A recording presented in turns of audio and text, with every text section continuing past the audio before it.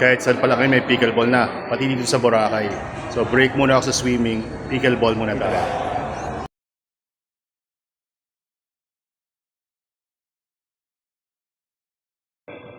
Kung galing kayo sa baba, just take the elevator, press R. Pag bukas ng door, turn right, you will see the cinema of City Mall. Isang cinema lang yan. And then, the other one is converted na into a pickleball court. Macy's Pickleball Boracay. They've been here daw for 1 year na. So, madali lang siya makita. Tapos naman, kung galing kayo sa kabilang side, may door din doon. Hindi ko alam kung may parking dyan, pero may entrance din. Mas madali dyan actually. Kasi pag masok nyo dyan, diretso lang kayo. Ito na yung court. So, tabi lang to ng satellite office ng NBI. There are 3 pickleball courts here.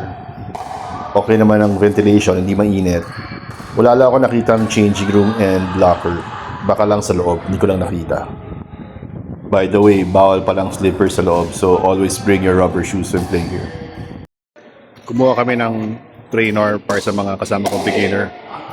So meron din dito sa pickleball court dito sa Boracay. Just request for the trainer. It's 500 per hour. So yung pickleball, kaya naman talaga ng mga beginner yan. Huwag kayo matakot maglaro. Ito, first time na naglaro, nakapalo na.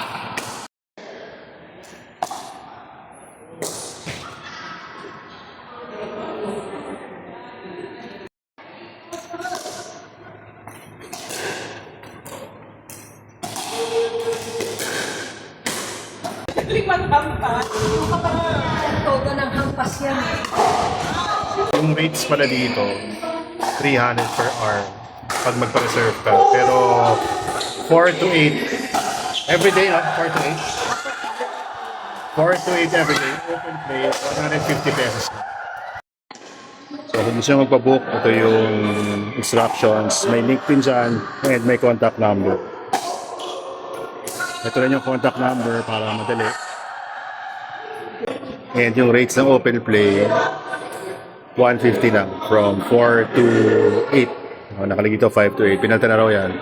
So Monday to Saturday, 4 to 8. Pag linggo, sarado, ate? Hindi po, open po. Pero walang open play? Meron din? Meron din. Ah, meron din. So may everyday na pala yung open play.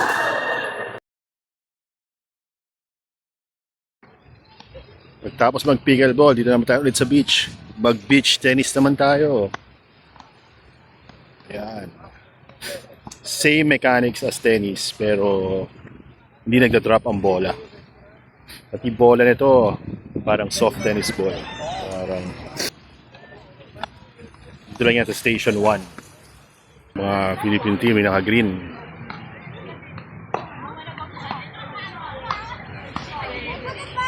Maganda pumalo. I asked one of the Philippine team members to teach me beach tennis. Madali lang siya, as you can see. Shout out kay Sir Farrell for teaching me the basics of beach tennis. I'm sure next time I'm in Boracay, I'll visit them again.